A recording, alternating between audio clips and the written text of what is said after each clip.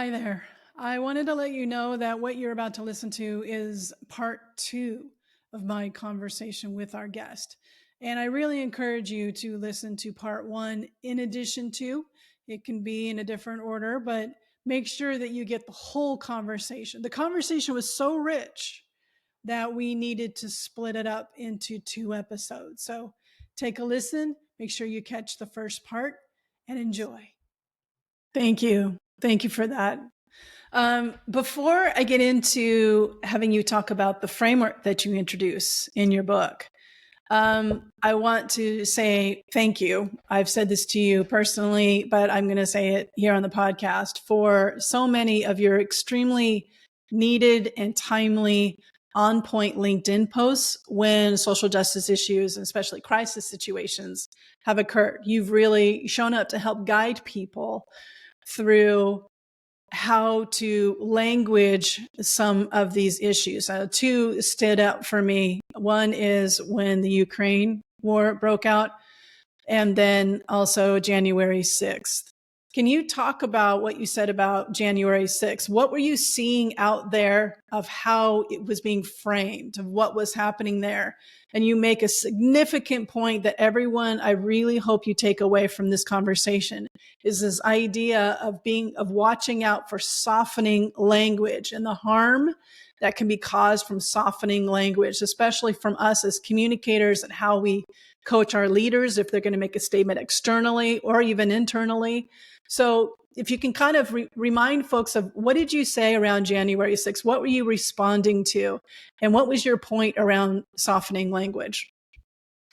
So I started with a Twitter thread on January 6th, right? I didn't wait. I started with the Twitter thread and I'm like, this is bad. Like, we have to stop saying these things. And then there was a little bit of uptick, but there was chaos. And I haven't worked to develop a Twitter following because it can be such an unsafe place for people who are women, and I don't look particularly white. So I'm like, I'm going to leave it. But LinkedIn is a much better platform for me. So on January 7th, I took that Twitter thread, fleshed it out a little, and put it out there. And it got well over 1 million views, right? Well over 1 million people read it. And speaking of not arguing with people, there were some people in the comments who wrote things and I'm like, oh my God, I'm not going to waste my time talking to you. Right. So I had earlier that year didn't exist. So the previous year, I had worked for a national news organization that really wanted to debias their journalistic language. And so I had set up some frameworks for them on how to report things. And I said, you're going to get pushed to replicate dominant frameworks and use language that protects people in power. I was like, the police PR person is going to give you a spin where the police have done no wrong, and the person who got shot by them is to blame and is a criminal and is dangerous and whatever. I'm like, and you're going to have government officials that are going to this, that. So I was helping them unpack. So for me, I had just been educating about this. So it was very clear to me that reporters were coming in, white reporters, white middle class and up reporters were coming in and seeing people gathering in front of the Capitol and finding the commonalities and humanizing and empathizing with people and saying things like protesters, and Trump supporters were three things. Like, oh, you like dogs? Literally, our conversations with armed insurrectionists. This is not an exaggeration, right? I'm not using hyperbole. I mean, literal armed insurrectionists out to do damage, out to do unlawful things, including unlawful takeover of the government. And people were using language that humanized them, presented things from their perspective, and was softening language. So now let me define softening language, which is softening language is language that presents problematic behavior as reasonable, right? So it's language. Say it again. All right. So if you think of a threshold, so here's the dividing line, and above it is problematic behavior, and below it is acceptable and reasonable behavior. Softening language actively moves behavior that is very clearly in the problematic zone and pushes it under the threshold of acceptability into the acceptable, reasonable zone where it doesn't make sense to do anything about it. It doesn't make sense. Why are you pushing back? Why are you calling me out? Why are you saying these things? Why are you saying this is unacceptable? So yeah, so this is the term that I've used for it. I talk about it. So that post went viral because people felt, I think, very comforted. You feel gaslit, right? Right. Oh, So yeah. in therapeutic psychology, it's called invalidation and disconfirmation, right? So you can see things with your own eyes and you're experiencing them yourself, and you're like, and then somebody says, that's not how it was. This is how it was. It wasn't bad. It was like this, right? Hmm. Hmm. So I think collectively as a country, because most of us are not nearly as polarized as people like to make out, there's a very vocal minority, but a lot of people want rule of law and transparency and order and all of the government that funds things that we need, like just want things. And it felt like journalism, which is supposed to be reporting things as they are, was Fact-based. Yep. hook, line, and sinker buying into this framing that is so clearly wrong. And so I think that's why it resonated with people so much. Do you want to hear how it plays out in the workplace? Because it's the same pattern.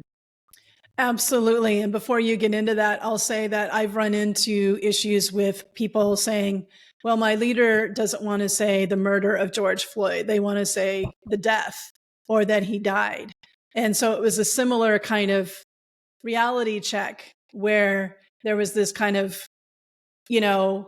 helplessness that was invited by putting it into the appropriate or reasonable area, rather by softening the language, rather than we have to deal with this harsh reality that this man was murdered by a policeman. It's like, it's hard for us to just, for some of us, not all of us, right? There's communities that live this every single day. And then there's communities that I'm a part of that doesn't, right? And so there's this calculation that our heads go through for some of our demographics that it doesn't compute. And so it's hard for us to call a thing sometimes. So I just wanted to add that example. Yes, please give us some in the workplace. But let me go back and say also, there was this after George Floyd, I can't remember who it was, but I think it was a TV critic, did this very good interrogation of so many shows have been cop shows that you end up sympathizing with, empathizing with, humanizing the police and seeing everything from their perspective. But then he goes through, and this terrible thing happens in the show, and this one, and then they just go off stage, right? So for communities who live it, that's the main story for them. I got paralyzed by a cop who shot me for no reason, right? But, for the cops, it's like, oh, my agony, I shot someone and I probably shouldn't have. I guess I have to go to therapy, right? So whose perspective, who's humanized? Who do we get to really see as a full-fleshed human being? Okay, even before I go to the workplace, I want to say that another area I see this in, and this goes right back to the 90s when I was putting together these conferences and editing these volumes, people for decades have been doing work on courtroom language and reporting of sexual assault and sexual harassment. And how frequently, they weren't calling it softening language, but they're showing all these mechanisms. And so people end up with acquittals or a slap on the wrist because the framing is so frequently, even in the Brock Turner case, why should his life be ruined for 20 minutes of fun? Said, I think, his Oh. dad. And this is like how it goes through. So there's this way in which, so as I was writing the book, or not long before I wrote the book, Mary Kay Letourneau died. And so for your viewers and listeners who are international, this is a woman in the US who was a teacher, and headlines when she died, she was a very pretty young woman in her mid-30s, but looked much younger, thin, white, blonde woman, very attractive. And headlines today said things like, Mary Kay Letourneau, teacher who was jailed for an inappropriate relationship with her student, dies. Right? Inappropriate relationship with her student. So in my book, I unpack what that is. And I'm like, it's rape. Like and you may think, oh, maybe like he's a manly 17-year-old. He was 12 years old. He was 12 years old. Children cannot consent to sex with adults. There's no other language. She went to jail on felony counts of rape. So a headline should say, like, if you read that softening language, or that language that hides things. Let's talk about the softening I have a section of my book on invisible lesbians. I was talking about this with a friend of mine who grew up in a more conservative household. She said she was in her 30s when she realized her aunt's roommate was her basically wife, because it was always her aunt's friend, this softening language. Like, the reality is they're in a romantic relationship that is just as valid as all the heterosexual relationships in our family, but we're softening it to something else, right? To mask it, to hide it. In the workplace, sexual harassment and sexual harassment, and also comments that I'm just going to say here because I think we're in group. Everyone who cares enough to listen to this already, I think, is bought in. So racist comments, sexist comments, homophobic comments. These things are quite frequent in the workplace. And I consult with employment lawyers, and I run continuing legal education courses on bias for lawyers, right? So I'm soaking in this stuff. Will often get dismissed by managers and HR, right? Mm-hmm. So somebody comes and reports and says, I've been keeping a list. Here are things that my teammates are saying. And, or also people with perceptible disabilities. My goodness, do people feel very entitled to ask the most intrusive questions, including about their sex lives? But like Mm-hmm. the most intrusive questions, I'm like, that can't be happening. I'm not perceptibly disabled, right? So I don't get those kinds of questions. I get a lot of short jokes because I'm very short. And I'm like, yeah, okay. But I'm not short enough for it to be a problem beyond reaching things in a market, But people are saying things that I'm like, this is so egregious. And it was said to you this year. So what happens is, very consistently, people with power are protecting people with power by using softening language. And let me talk about power, because there's two kinds of power. And I've had some autistic workshop attendees be like, I don't see power the way other people do. Can you unpack this for me? So let me do that for autistic viewers and listeners. Power can be institutional, like you're a high-ranked person in the org chart, or you have power over people who report to you. So like a manager, a director, a vice president, a CEO. But power also comes from dominant group membership for social power. So the more dominant groups you belong to, the more social power you have. So in that Brock Turner case, Brock Turner was a white, cisgendered, heterosexual, presumably, man who was an athlete at an elite college, right? So that's 7. I just counted off 7 And elite high able-bodied. status groups that he was a member of. Yeah, so there's What's another that? one. He's able-bodied, so that's 8. And able-bodied. Yes, thank you. Yes. And able-bodied. So, and conventionally attractive, right? So all of these things. So suddenly all the perspective taking of the white, cisgendered, heterosexual male judge, all of that affinity bias, all that perspective taking goes to him and protecting him and wanting to see the good in him, because we come from this starting point that white people are inherently good, or that male people are inherently good. So you hear softening language like, after very egregious things, well, he's a good guy. Or, oh, boys will be boys. Or he's just showing his admiration for you. Those are like sexual harassment things. Or they're just curious. Or they're so young. Or they don't know better. You should educate them. And it's like, we're the same age, right? People come to me. I run these interviews, right? Let me explain in part. My data comes in part from data that's available to everybody through the internet, or I see the headlines you do, or I follow a lot of people on social media who aren't members of my group, so I can get insight to those Me groups. too, yeah. But people, I run these employee experience interviews, which don't have leading questions at all. So instead of saying, have you ever experienced bias at work? I'm like, has there ever been a time that you felt like people were marking you lower than your actual status? And then the stories come spilling up. Was there ever a time that you felt you were central, but someone seemed to be pushing you to the outside, right? Has there ever been a time that you tried to say something and you felt like it was ignored? Well, guess what? People from these non-dominant groups, these stories spill out of them. And so many people report that there's insult to injury. Injury is their colleagues say bad things to them, problematic language. Insult is they report it to a manager or an HR person and say, here's a problem. And they're told it's not a problem by using softening language. So that's a thing to be, again, the gaslighting, that disconfirmation and invalidation, where you're like, this feels bad to me. This feels like a problem. And then somebody with power says to you, that's not a problem. And why? And then insult to injury, or injury on top of injury. Why are you playing the race card? Why are you being so emotional?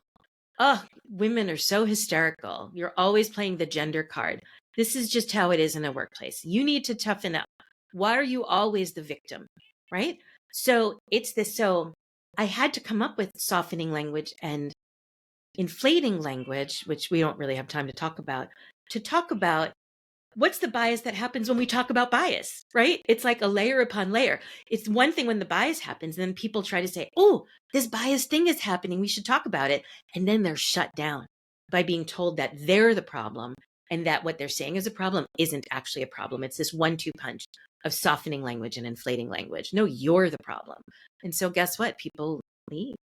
And that's why you see so many, for example, Black women starting up their own firms. I left to start up my own firm. I'm like, I'm not dealing with this.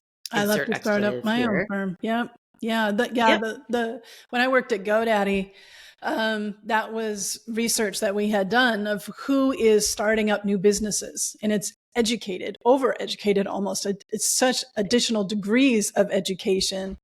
Black women, they're the ones starting up their own businesses because they're not going to be in the corporate, especially the corporate atmosphere anymore. So, and who can blame them? And I love partnering with them, in this work because they're out doing their own thing as well. So we can come together in joint ventures. So I would love for you to introduce the framework that you introduce in your book, The Inclusive Language Field Guide. Great title. And Thank you. And talk to us through a lens of this framework applying to people who are in corporate communications, internal communications, marketing, brand, and how we need to apply this framework to our work on a regular basis. So this book so specifically has corporate comms in its targets, right? Because of my clients who were like, oh my God, like you have to help me. Not only is the framework designed to help corporate comms, I designed a whole checklist that you can use that's in the back of the book in the resources section that you can use to create your own checklist. So I created a checklist template, which is kind of a weird mouthful, but I'm like, you go through, I'm like, I'm going to hold your hand through this whole process. And I go through all the relevant dimensions of human identity that corporate comms people need to be thinking about. And the checklist, did I really include this? Did I include this? Did I make sure this happened? So just for corporate comms people, I got you on this. I got you. Excellent. Like, it's in the back of the book. Yeah. But the framework is because people kept on coming to me and saying, there's this list, but then I don't know how to memorize it. And this one feels like it's already out of date. And then, but I'm in group, so can I use this word? And then how do I apply it to this category? Like, okay, this is about race, but now I'm confused about disability. And so what I realized is that using identity as a starting point for inclusive language was self-defeating, even though identity is a core component of what needs to be kept in mind as you're using an inclusion lens for your comms. Identity is key, but I actually learned that it shouldn't be the starting point. So using my toolkit of linguistic anthropology, I went and I looked back on literally 25 years from when I was a wee little grad student, 25 years of research and data dating back to classes I TA'd in the 90s, to courses that I would teach and how things would land with undergrads and what would they write to me 7 years later that they still remembered, and thinking about all the different languages that I had researched and places I had lived, all the access to other cultures and languages that I'd gotten from anthropology conferences, anthropology books, etc. And I created a framework that's granular and based on behaviors that are meant to be universal. So my book, my publisher said, can you please focus it on American English? I was like, meh, okay, I'll do it. But the book isn't only, and I have a little apology in there. I'm like, hi, if you're reading this and you're not in the US, you're going to have to do some translation work. I'm sorry. Like, let me acknowledge American English is not the world. US is not everywhere, right? But it is designed to be cross-linguistically and cross-culturally valid. So inclusive language actually boils down to inclusive behavior that involves language, right? So I've talked about my first principle is reflect reality, which PS means you're often coming in sounding a lot harsher than you think. A lot of people who don't understand inclusive language are like, oh, you got to soften it. It's got to be roses and teddy bears. And I don't even know what soft things are, but you know what I mean. And I'm like, no, say rape, say police murder, say, I'm like, say the thing. Yeah. So for me, reflect reality is my most important one because it undergirds everything. And it's saying reality is being masked now. And the more we can actually reflect what the reality is, not just for people with power, but for all kinds of people, the better it's going to be. And then from that, the next most important one is show respect, which I think should be pretty obvious. Correlated with show respect is draw people in, principle 3. So they're the same thing. Make sure you're marking people at the right level, be respectful of them, not demeaning, and draw people in. Stop pushing people out and marginalizing them. Then we have incorporate other perspectives, which ties into reflect reality, but is important enough to be its own thing. How many perspectives am I including in this piece of communication? Is there something that I'm forgetting that would make this inappropriate? Remind me that I want to talk about the H&M hoodie at the end of this. I don't know if you remember it. Yes. Then my last two are number 5, prevent erasure, because there are so many people, kinds of people and kinds of experiences that have just been erased. In the book, one of the examples I give is Indigenous history is erased in so many ways. First off, when was this town founded? It was founded in 1858. No, people have lived here for tens of thousands of years. Like, no, no, A, just no. B, I see all the time. The natives used to, the natives, maybe let's say the local natives used to. I'm like, they have specific nation names and we've got cultural, language, history differences. You don't just say the natives to mean so many different groups of people, So there are all these ways that erasure happens. And I'm like, and then the third part of erasure for natives is people act like they're all gone, So I used to do volunteer work up the road at Berkeley with people, for example, Ohloni's from Santa Cruz, I remember some, and with California natives from all over the state who would come in and they would tell me so many stories. And people are like, they're like, wait, you're not all dead? You live here? And people are like, yeah, like my people have been here a long time. Like, yeah, like I was here and I am here. So these kinds of erasure are deeply painful, but also create very bad mental models. Like they give us such biased mental models because how are you going to make good judgments if the data, the communications data that's been put in your head, what's been communicated to you through media, what's that telling you? And then my last one is recognize pain points, which ties in very well with your book. Because what we're both talking about is, let me give you an example. I gave a workshop at a very techie tech company, like techie tech, right? And there were 2 Black people there. One of them brought me in and the other was sitting at a table in the front. And then the room was full with, and one of them was my co-host, my co-facilitator. So 3 Black people. So a stakeholder, a person who actually showed up because he worked there in HR, and then my co-facilitator. And one of the things we talked about was how problematic the use of articulate can be when applied as a supposed complement to Black people. And I break this down in my book. I'm not going to go into details, but we had them discussing articulate. And so a table of all white male engineers was very frustrated, maybe kind of angry. And they said, we had to Google this. How in the world are we supposed to know that this is a problem? We don't have any Black people on our team. We don't have Black people in our neighborhoods. We don't have Black people who we're friends with. How are we supposed to know? They said angrily. And so it was so hard for us. We exchanged a look, me and my Black co-facilitator, right? And I'm like, isn't this pointing out that see, inclusive language and inclusive comms are a series of trapdoors that you keep on going down to the ground truth, which is that it's not good that you have no Black teammates, coworkers, bosses, neighbors, friends.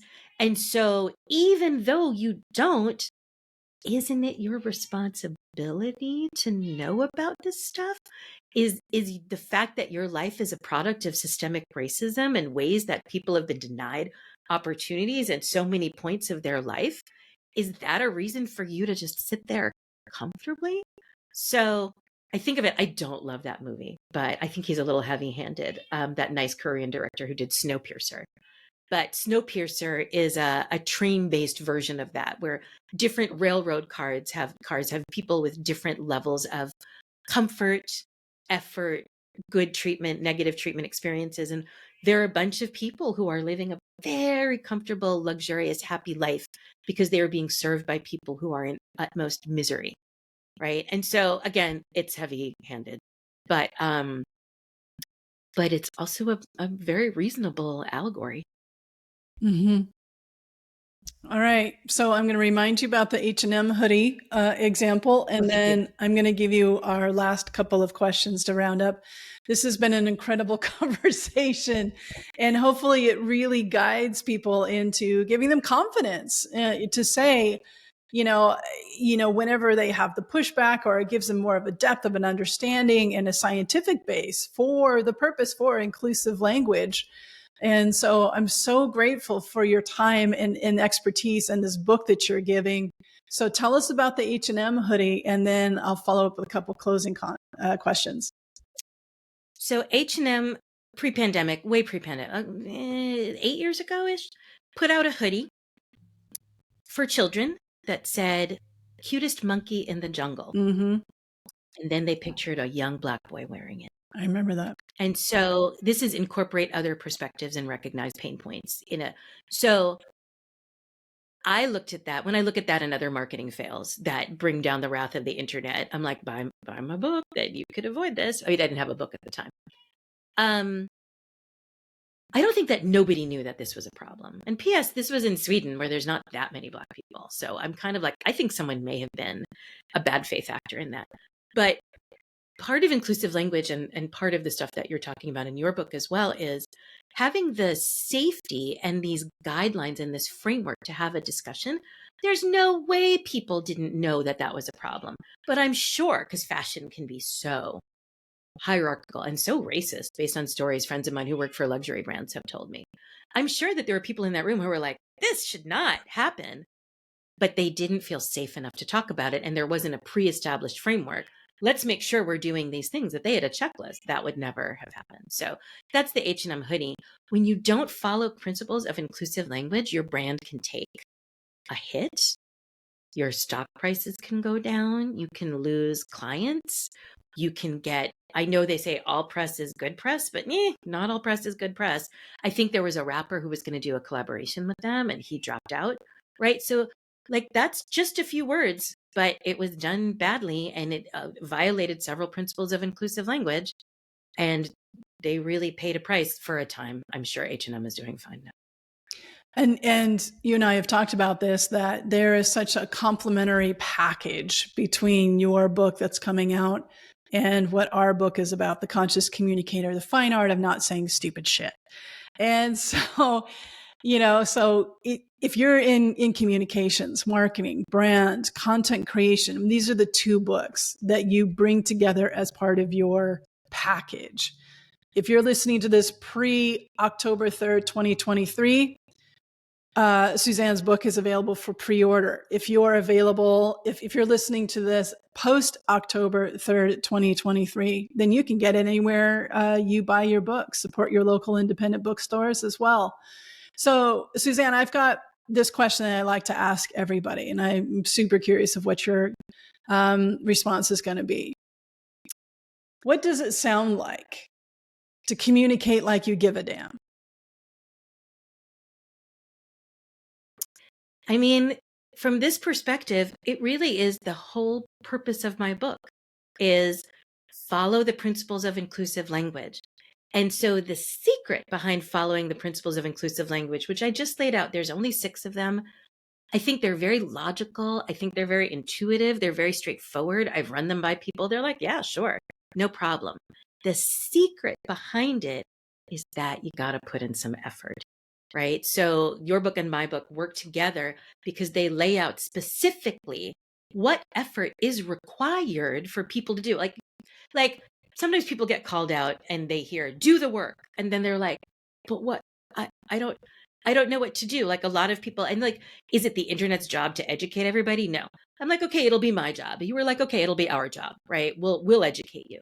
So doing the work means, like that example I just gave you with those white men who were like, I don't know Black people. How am I supposed to know this? Well, figure out what your areas are where you've been not given enough information and start getting that information. So in the book, I have, by the way, I have exercises. So I've got those 6 principles. And what I say in the book is you wouldn't read a book about French if you don't speak French. You wouldn't spend 3 hours reading a book on French, close it and be like, all right, I speak French now. We know that to acquire a foreign language, you have to practice, and it's incremental change and practice over time. P.S. Inclusive language skills are very similar to foreign language skills. You're moving into a different space, acquiring new habits, sometimes new syntax with pronouns, right? You're going to use things syntactically different than you did before. And so how can you do that? The answer is through practice. And so at the end of each principle chapter, I give 5 quick wins that people can start implementing right away. Stop saying master bathroom and start saying primary bathroom or main bathroom. Stop saying Oriental. Here's what you can use instead, right? So those are some quick wins. But then there are other things that take more time to build up. The idea is that if you build up the habits, then when the thing happens, when the crisis happens, you've been talking about having the integrity, being deliberate, having things already figured out. For me, it's the crisis happens. You don't have to learn from scratch everything about that group because you're like, I already know about issues facing transgender people. That's right. I already know about issues facing undocumented immigrants. That's right. I already know about gender bias at work because you've been putting in the work. So to me, giving a damn means incorporating this into honestly your daily habits. There's some things I'm like, spend 5 minutes a day doing this kind of cleanup. I would say, as advice, one of the top things I would recommend is diversifying your social media. So a lot of people through affinity bias just have very straight and narrow social media, but it's the most fantastic way, as you know, to eavesdrop on conversations and learn without draining people. So many people from marginalized groups are asked to do like emotional labor and intellectual labor. Teach me, but don't make me mad is this terrible conundrum that so many people have. And they're like, but I'm tired. I talk about this in my ally skills workshop that I'm about to give to a big tech client at 7 a.m. tomorrow. But I'm like, like you gotta know your stuff. Don't ask people who have been injured to educate you on how they were injured. Please tend to them and educate yourself on the injury and how to prevent that. Don't make the injured person be the educator on here's not to injure me again. And P.S. don't get mad at me as I tell you about it. So yeah, that's set up to fail. So, a big part of everything that you've been talking about is one of the things that I share all the time on this podcast, which is language leads to behavior. Straightforward, very clear, power of language, power structures, the importance of the power of language and how we're using it, and being really knowledgeable on inclusive language. Make sure to get your book, The Inclusive Language Field Guide, coming out October 3rd, 2023. How can people follow you and continue to learn from you? So the 2 main ways that people are to follow me on LinkedIn. So we've talked about my LinkedIn posts.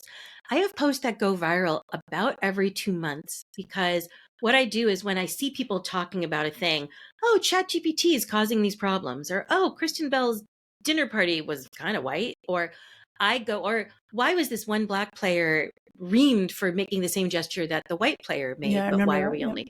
So what I do is those are just 3 that went viral in the last, 6 months.